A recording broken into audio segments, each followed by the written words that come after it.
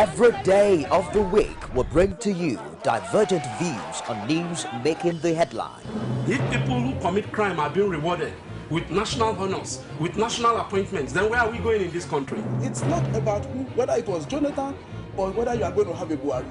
It's the kind of political structure we run. Sometimes it gets confrontational. We are talking about a Buhari who at 41 became head of state. The man did not exhibit the attribute of somebody that is strong intellectually. So, comrade, you're saying if you become governor, you're going to bring back Okada? Of course. You will bring back the market women on the streets? Excuse me, don't put words into my mouth. On Core Digest, we bring all of this to the court of public opinion, where you are the judge.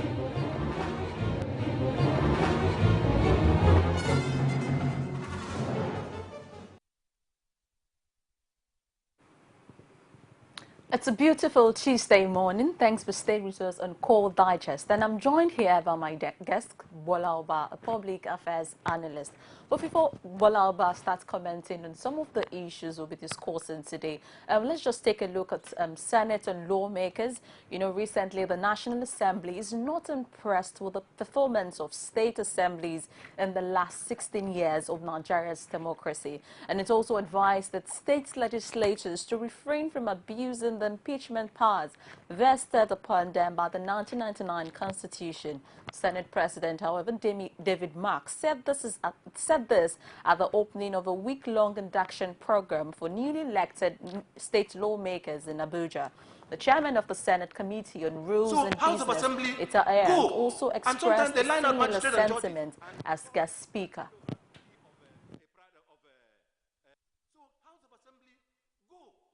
Sometimes they line out magistrates and judges and call them and hand over key of Camry or Kia to judges. It's wrong. And you are responsible. Stand up and protect the judiciary. Therefore, if you don't protect, you will always say that they are standing for them. I apologize, but this is wrong. It is wrong. It shouldn't be allowed to happen. And we have done it in the national, in the federal. You cannot, we don't interfere how the judiciary does their money. When it goes to the Chief Registrar and the Chief Justice of the Federation. It is administered through the National Judicial Council. Otherwise, you'll see the judiciary can be independent at that stage. And the money of the judiciary in many states are used in doing other things, so that judiciary can't even pay salary with their own money. So you have to stand up, otherwise you will still say that they're saving the executive.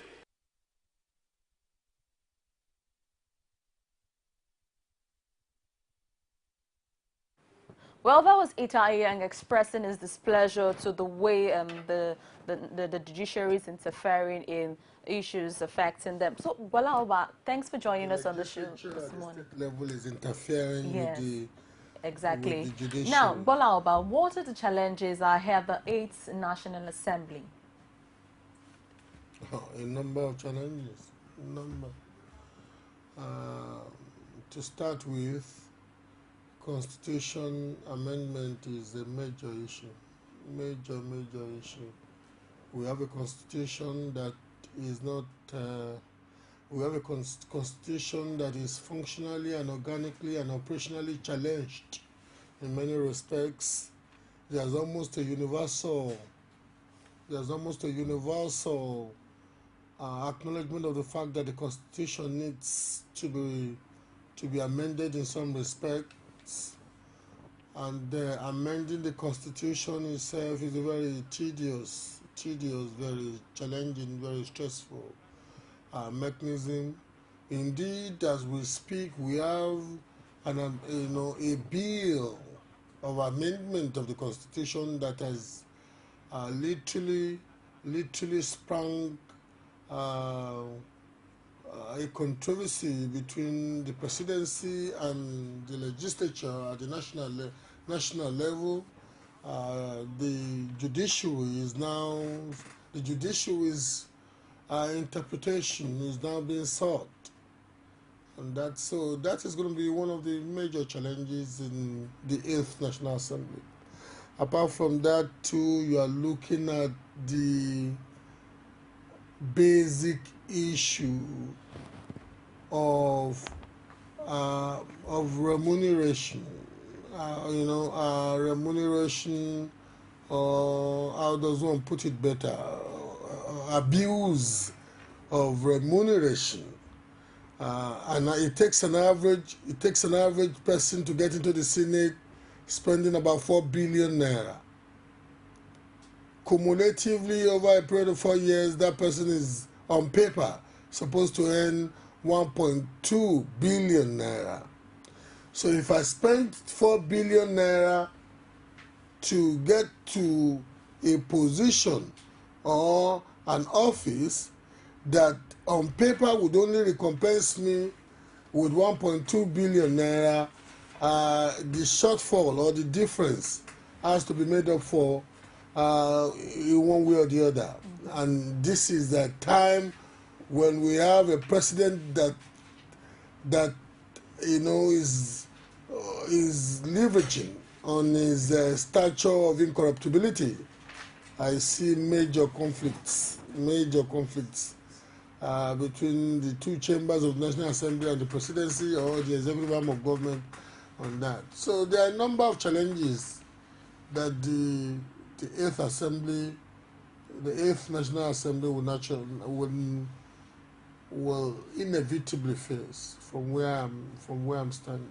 All right, thank you. Now, what can be done to ensure that partisan interests do not becloud the performance of the National Assembly? We have to be very, very, very careful. We have to be careful because partisanship is good for democracy. If everybody in a democratic setting agrees with each other, then you will let the populace, the citizenry will be very, very underserved. Bickerings, the inherent dialectics of expressing differences, bickerings, disagreements that is endemic in partisanship is good in a democracy. So when I hear questions like that, I get, because it tells me that if journalists are asking these kind of questions, then we may be fooling our people and we may be pushing our people to a point where they would want to believe that, being planned, you represent Party A, Party B has the majority of the legislature, but Party A must pretend to be planned with what Party B wants to achieve. We just had the general elections in the United Kingdom. Look at the degree to which the parties expressed themselves, differentiated their beliefs and convictions. So partisanship is not a bad idea in a democracy. The extent to which partisanship is pushed to a point where if there is a need for a bipartisan position for the betterment and the good of the nation, where that point should not be crossed is what is important. But we must not decry or try to portray partisanship as though is an inherently and organically bad idea. How about objectivity coming into play? Don't you think this waters down objectivity? That is why we're saying partisanship is not bad. That is why I'm saying partisanship is not bad in a democracy. If you want to be objective, sometimes you would have to disagree even with the best of your friends. Okay. You don't necessarily have to be because this is coming from the leadership of the House, or because this is coming from the executive arm of government, or because this is coming from the presidency, or indeed the president, as expected as he is, and I, as a member of an opposition party, must be planned. So no. Okay. If I am convinced that what I believe is what I believe, and the direction to which I believe things should be done is inconsistent with what they are marshalling, I will also be vociferous enough to articulate that irrespective of whose else is God. Because in the plethora of ideas, is democracy enriched. All right. Now, what exactly is the ideal relationship that should exist between the legislature and the executive, given the trend of impeachment process across the country? At the state level, you must specify at the state level, because we've never had any formal procedure of impeachment in the National Assembly in the last 16 years. I mean the state level. So at the state level, there are so many anomalies at the state level. In fact, the level at which our present constitution has been severely abused is actually at the state level. At the state level, we are now gradually, and in a very, very perturbing, very disturbing manner, seeing the over-ascendancy of the executive at the expense of the legislature and the judiciary. The governors are now becoming like demigods in their state. And in order to further fortify that quasi-divinity, of the quasi-divinity of the governors, we are seeing blatant abuse of our constitution being played out at the state level.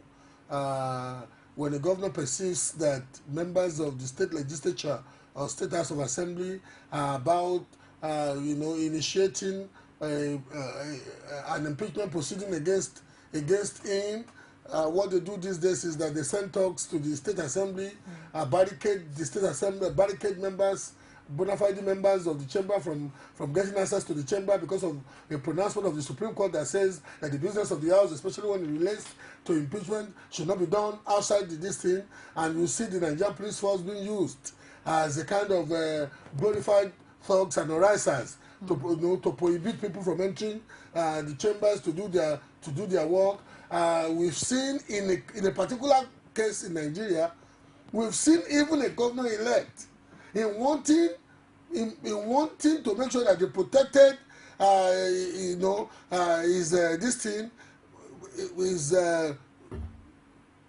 looking forward to being sworn in. He literally ransacked the court, sent talks to the court, beat everybody, black and blue, disrupted the proceedings of the court, and because he happened to be from the same party as the president, they even condoned off the activities of the court for more than 2 weeks. So, I am one who believes that our focus, indeed, our focus will be wrong in overly accentuating a perceived inherent abuse of the impeachment procedure at the state level if one were to juxtapose that tendency in the state legislatures against the abuses that the governors subject the constitution to. Our governors are daily inviting any responsible legislature to query the essence of their conduct. Okay, now with this happening, even without the fact that state police have actually been legalized in the country, what do you see? It's not legalized yet. Yes, what do you see with even this happening now? No, we have to be very careful. Yes. You just said state police is not legalized yet. Yes. The constitution, the amendment to the constitution that should allow it is what is told now at the court. Exactly. You understand what I'm saying? Yes. So what do you see happening if we eventually have state police? The same fear that one has now, that the governors will end up using state police infrastructure as, a quasi-official thuggery department of their office. But you know what? Having said that, as an organic federalist, I still believe that there's an imperative for state police. It is likely going to be subjected to some form of abuses, but you know what? The federal police that we have, is it not being subjected to, on a daily basis, on a nanosecond basis, to executive abuses both at the federal level and at the state level, if you happen, to be aligned well enough with the presidency. So, State policing, for me, transcends the likely abuse to which it could be subjected to by the executive governor of the state. It is indeed, for me, I want to believe that if we had had state police in the past, the phenomenon of Boko Haram would not have degenerated to what it eventually became. Okay. Because, come to think of it, it probably would have been nipped at the bud. All right, so it has its own advantage and disadvantages. So now let's talk about the May 29 transition. What is your expectation of the transition committee given the recent submission of Ahmed Joda? Transition committees are, to be honest, how does one put it without being rude? There's nothing spectacular about a transition committee. It's like you exchanging baton with the person who was on your seat before you took over. You know, a presenter has to be on this show to make it relevant. Without you being the presenter, there cannot be coordination to what I will say. Okay. So you have to ask the question, and I have to respond logically. Transmission committees are, committees that ordinarily should, but the two sides in this respect, the two sides, the side of the incumbent president, the outgoing president, and the side of the president-elect, are practically abusing the normalcy of what should ordinarily obtain. To be honest with you, the appointment of Alhaji Joda by Buhari tells me, I hope Buhari is not going to fail.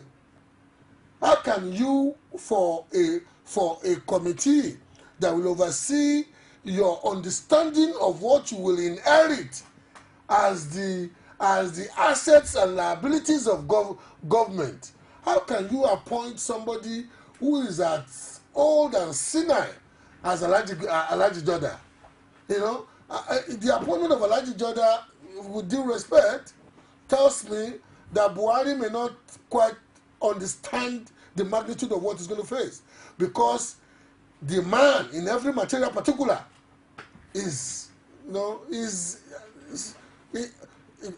I've been reliably informed that on about 2 or 3 occasions previously at meetings, the man was sleeping.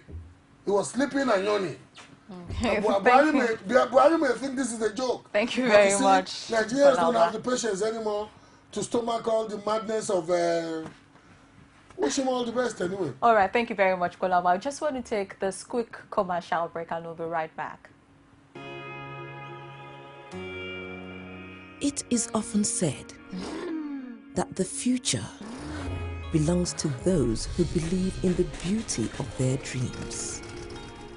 But what about the things in life that actually inspire us to believe? Like the things that drive us, the things that move us, and even the things that remind us that the sky really isn't our limit.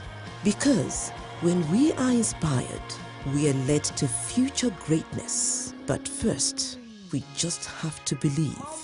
One day I want to build Nigeria's first aeroplane. I know. One day you'll make us proud. Rich and creamy peak, extra fortified with 28 vitamins and minerals. Here's to 60 years of nourishing dreams and inspiring the future. The future is bright. Reach for your peak. Thanks for staying with us on the program. The program is still Call Digest, and my guest for today is GBOLA OBA. And so far we've been looking at ahead the May 29 transition. Okay, GBOLA OBA, as we round off on today's program, May 29 is actually a time that a lot of Nigerians are actually looking forward to. So for you, what are your expectations of a Buhari-led administration? I want to believe that he understands the magnitude of the problem he's going to face. We are in a very degenerate state. On my way here now, on a journey that should ordinarily take me 15 minutes, I spent 1.5 hours because 3 filling stations were on my way and people, hundreds of vehicles were in the queue. Literally, Express Road, Lagos Ibadan Express Road, was at that point asphyxiated by the volume. And you know the reason? Because what countries like the Gambia, the size of Mushi local government, where I was born, Mushi local government where I was born is bigger in size than today's Gambia in population wise. What they have solved, the problems they have solved is what we are now being bedeviled with. Supply power, supply fuel normally to our people. So if first understands the magnitude of the problems he is going to face, I think it will be sharper, because like I was saying earlier on, you appointed a transition committee, you appointed a very cynical and senile old man to be the head of that transition committee. At the sessions they were supposed to be having, the man was sleeping. On one occasion they said they woke him up and he was startled to say they should go and pray. They didn't know that they left him to be sleeping and they had gone to pray. It's preposterous.